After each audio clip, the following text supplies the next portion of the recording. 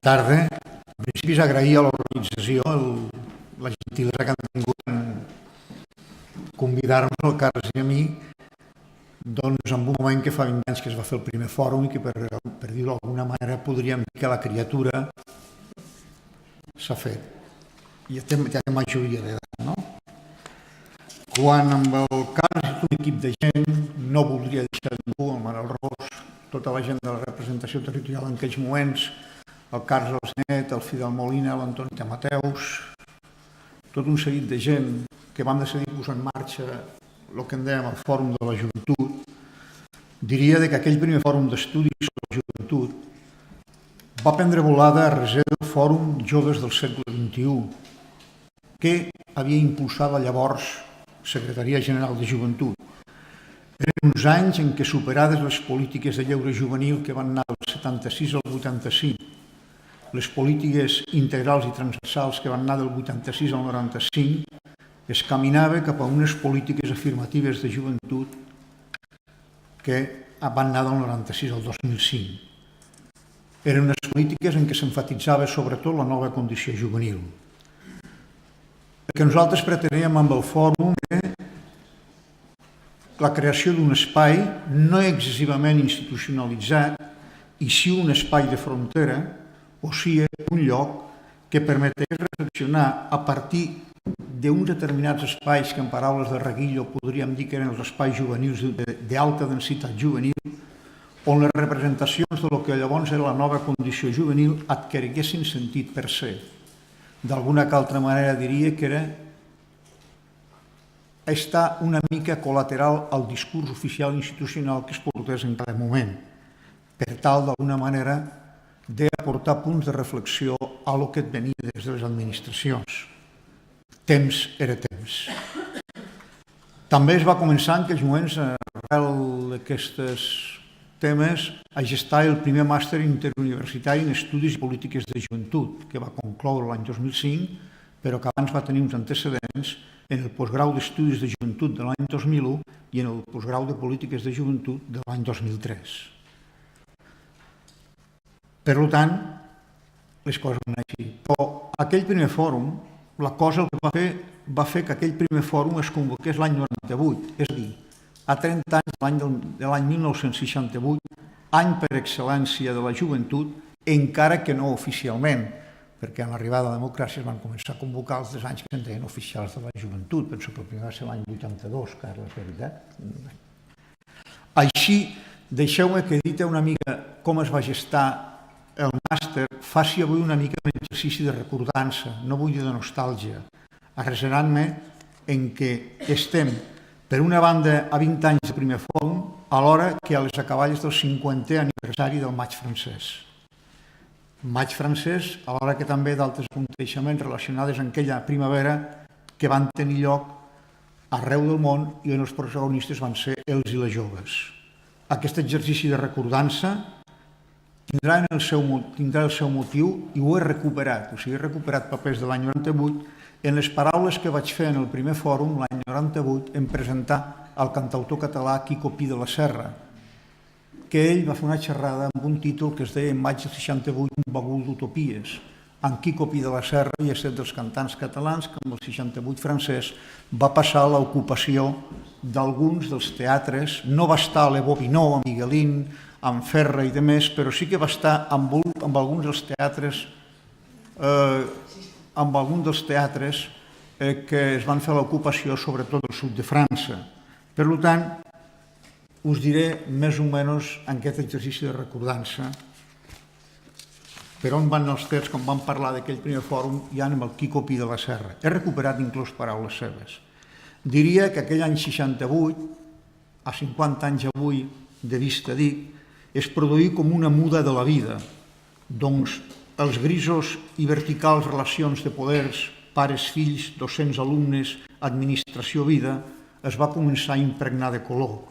En paraules de Julio Cortázar, diria con el color que asalta los grises anfiteatros. També, i en paraules de Michel Onfray, un sociòleg que va escriure un llibre titulat Elogi a la revolta, quan diu que en el principi era el verbo, després vingué la capacitat de dir no. La contestació, com a eina d'afirmació juvenil, va prendre carta de naturalesa i en funció de cada lloc i de les circumstàncies es revestia de manera diferent. A Occident, en pro d'un progrés humanista, a l'est d'Europa, en pro dels nacionalismes i de l'adveniment de la democràcia, a Mèxic, en pro del reformisme i la democràcia. Tant és així, torna a Cortázar quan ell diu «Mayo del 68, mayo del 68», ardiendo en Francia y Alemania, en Buenos Aires, en Lima y en Santiago, los estudiantes al asalto en Praga i en Milán. També diria que aquella revolució, ho deixo amb interrogant, es va nodrir d'experiències que segurament eren més pròpies d'una revolta que d'una revolució, com eren l'espontaneïtat, la desorganització, la manca de direcció revolucionària. Si m'apropo al concepte de revolució és perquè agafo unes paraules d'Ortega i Gasset quan diu que les revolucions es fan contra els usos. I maig del 68 va estar una revolta contra moltes qüestions dels usos. Tant és així que diria que es van oposar dos conceptes. A l'ordre burguès s'hi va oposar l'esperança, a l'autoritat la il·lusió, a l'ordre del canvi, a Marx Rimbaud, a Sartre Camus, a Heidegger Sòcrates, a la llei de la ciutadania, la llei del sentiment, i a la repressió, el gaudi total. Torno a Cortázar. Todo mayo del 68, la juventud entera contra la gran polilla, la lucha de un puñado de pájaros que eren els joves contra la gran costumbre. Així es plasma tot això en unes manifestacions genuïnes molt pròpies de l'esperit, com són la literatura, la pintura, la música i el cinema, i tot això va concretar una forma de ser que, com diria Mallarmé, es va tornar a la confusió de les coses. Finalment, i per acabar, voldria concretar tres elements que d'alguna que altra manera van estar paradigmàtics amb els fenòmens del 68 francès. La paraula, les barricades i les llambordes, com a signes revolucionaris. La paraula perquè va tenir una gran importància. M'atreviria a dir que París va ser com un gran fòrum públic i que fins i tot les parets parlaven, expressant desitjos, sentiments i consignes. M'atreviria a dir que París va esdevindre un poema. Cortázar, torna amb ell, o diu, lo imposible se hizo de día en la Sorbona y un pueblo que no hablaba más que para callar. En París se pidió lo imposible con las manos desnudas, con la palabra se pidió lo imposible. Los actos buscaron destrozar las máscaras del tiempo, la gran costumbre, el gran consumo. Les barricades i les llambordes. És més, una altra frase interessant de Cortázar quan diu que con la tiza que inventa la poesía en la calle, aquí prosigue la tarea de escribir en los muros de la tierra. La paraula. Les barricades i les llambordes com a representacions alegòriques i que no són noves, perquè a França tenien força tradició en les revolucions del 30, de 1830, de 1848 i de 1870. Si busqueu Els Miserables, per primera vegada en una obra de literatura es parla de les barricadas. Torno a Cortázar. Los estudiantes que alzan con sus manos desnudas los pavimentos de cemento y la estadística para apedrearla i en contra de la gran costumbre. Bé, diria que aquesta ha estat l'exercici de recordança i avui ara m'agafo dos cançons de Dylan. Un cantautor que per mi ha estat especialment entranyable i que diria que d'aquella cançó de Dylan que deia que els temps estan canviant, no sé si avui en queda gran cosa, a la vegada que també m'atreviria a dir que Mr. Tambourine Man continua tocant el seu pandé i els joves tornen a estar implicats amb un so. A la vegada que dia que estic en un fòrum de joventut de que per sempre forever young. Gràcies.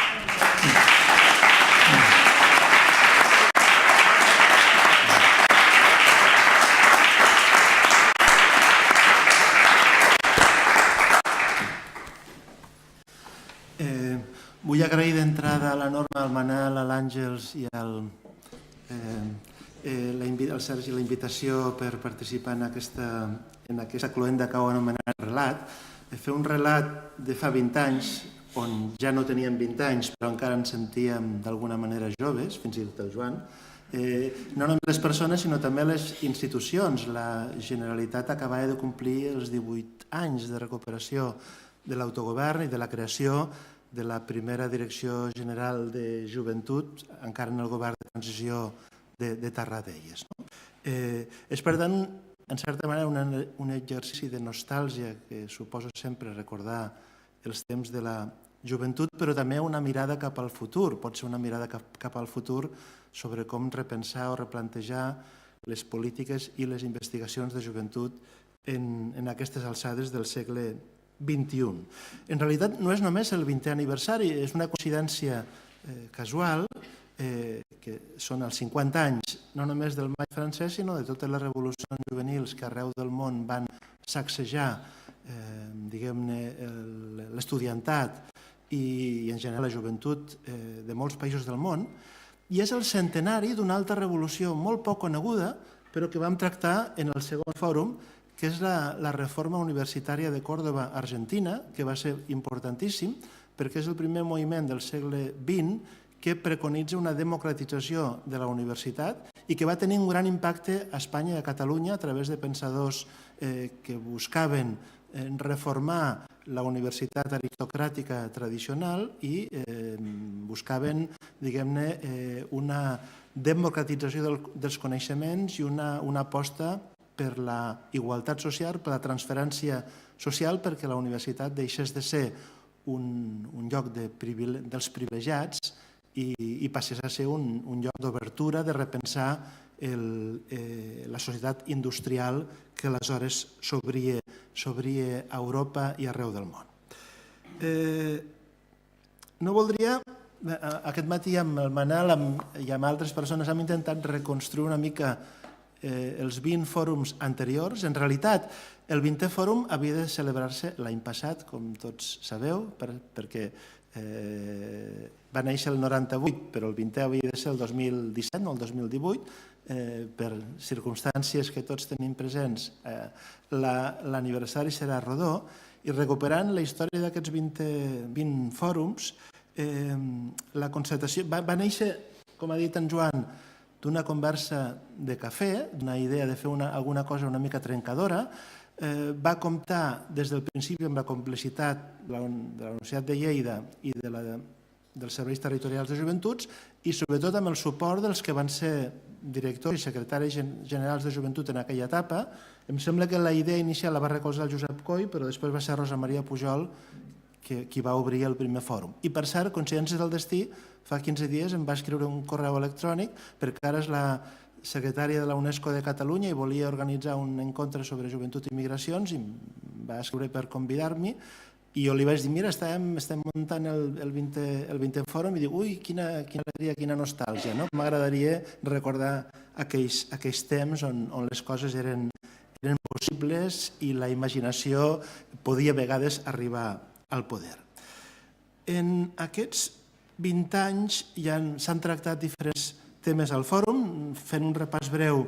Joventut i fi de segle, el maig 78, Joves entre dos mons, Amèrica Llatina, Música i ideologia, Joventut i educació, Joventut i societat de la informació, Joventut i diversitat, Emancipació, Salut, Medi rural, Cultura, Societat digital, Llengua, Espais juvenils, Mobilitzacions i moviments, Adolescència, naturalesa versus cultura, Agrupacions juvenils del carrer, Talent, nova ruralitat, emigració, es va tractar la immigració però també la emigració l'any passat, o fa 2 anys, perdó, i aquest que fa una mica de balanç. I també és molt significatiu veure que han estat els conferenciants inaugurals d'aquests cicles, que ha vingut gent realment molt significativa i molt important. No els han recordat tots, però entre els que han recordat, a part del Quico Pi de la Sara, que va obrir el primer de manera molt emotiva a la sala Víctor Siurana, encara ho recordo. Després vam anar a sopar amb el llavors rector de la UDL i ens va cantar una cançó al mig de sopar, així en privat, en petit comitè, que és d'aquelles coses que un recorda. També una altra forma el va obrir el Gerard Quintana, José Manuel Valenzuela de Tijuana, Mèxic, Michel Massolí, Lynn Chisholm, que aleshores era una responsable de polítiques de joventut a nivell europeu, Ignasi Aldomà, Manuel Delgado, Saúl Gordillo, Isaac González, Geroi Seller, Adolf Tobenya, Saskia Sassen, Ana Cabré i Jorge Benedicto. N'hi ha més, però els que hem recordat són aquests, és a dir, persones significatives en la cultura, en la música nacional, però també de primera línia internacional. I passo a pensar una mica el futur, diguem-ne. Jo vaig participar en les 5 primeres edicions, molt fent tàndem amb el Joan. Després va haver una etapa on van agafar el relleu altres persones i altres institucions. Vam recuperar la implicació de que el màster interuniversitari en joventut i societat, els quals, per cert, veig moltes persones que ja han passat aquí a la sala, la qual cosa és una joia i una alegria, tant en la primera etapa, perquè el fòrum no va néixer aïllat, va néixer amb un esforç d'algunes persones de l'UDL per crear una base de formació en les polítiques de joventut. El primer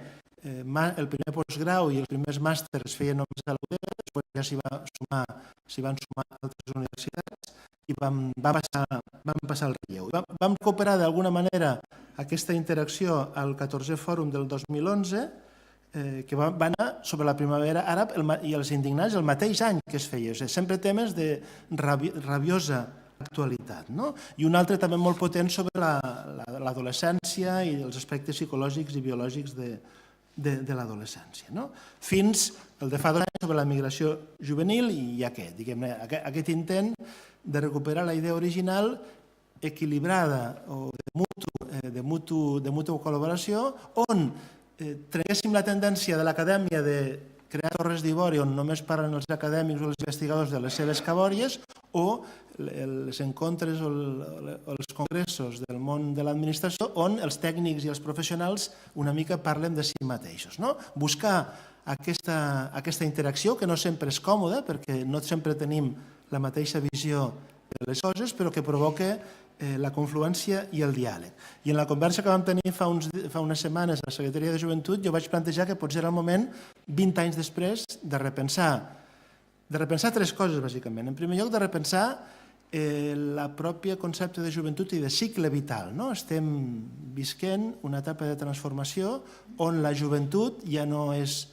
una fase de transició com fa 40 anys, quan van començar a construir-se les polítiques integrals i després afirmatives de joventut, sinó que la joventut esdevé, en la meva opinió, l'etapa més important del cicle vital actual, la més duradera, fins i tot més que la vida adulta per a moltes persones, per bé i per mal, però també aquella on s'experimenten tots els elements més creatius i alhora més problemàtics de la nostra societat, la precarietat laboral, però també la creativitat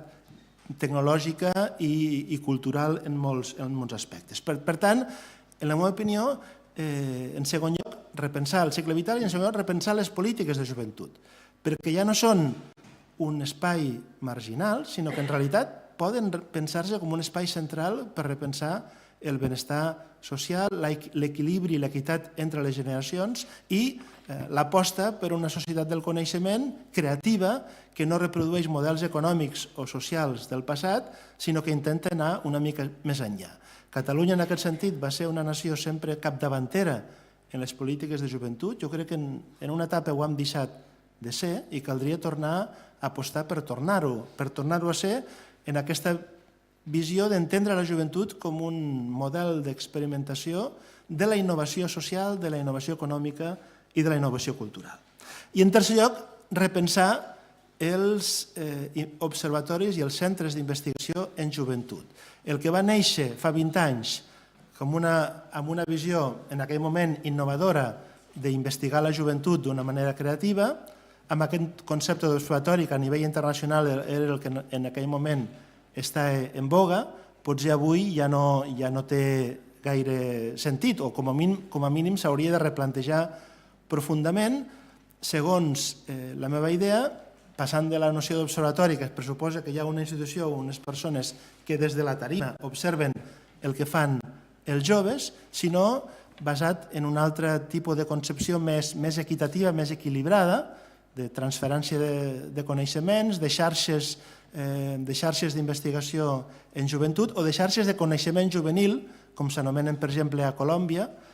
on hi participen investigadors, per descomptat, hi participen professionals de la joventut, educadors i treballadors socials,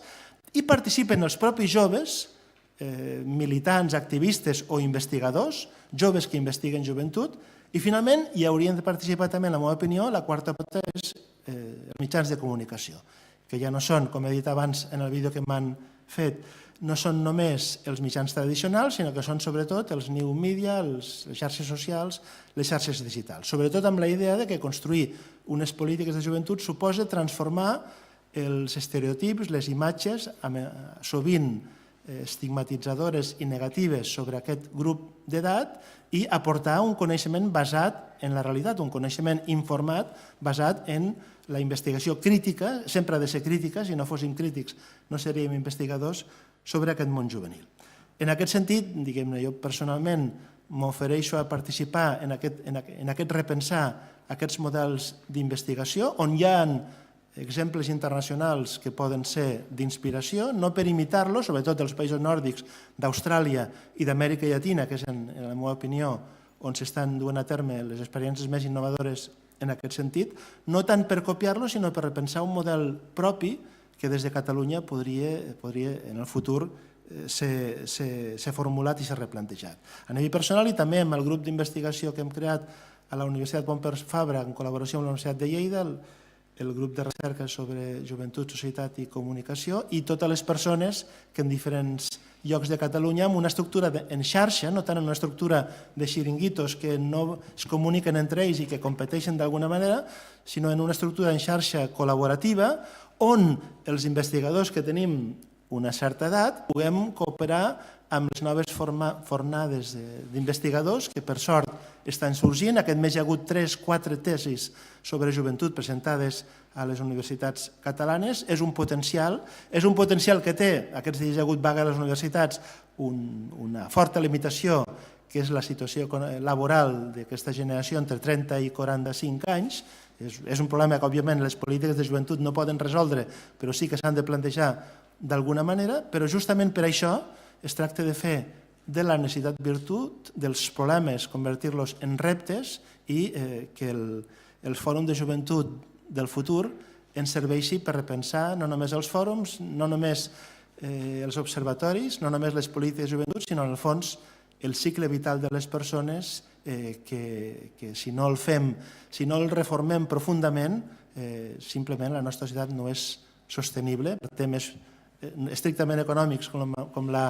meva companya Maria Àngels Cabasés sap bé, perquè el sistema de la seguretat social no seria sostenible, sinó sobretot com a cohesió social i com a convivència i interacció entre les generacions. En fi, diguem-ne, el que has començat amb una mica de nostàlgia acaba amb un sentit crític i amb una aposta de futur que tal vegada, ara que sortim d'un any complicat, puguem repensar en el futur, perquè construir un nou país suposa també repensar com la societat funciona i com la joventut té i pot tenir un rol important en aquest futur de la nostra societat. Moltes gràcies i sort.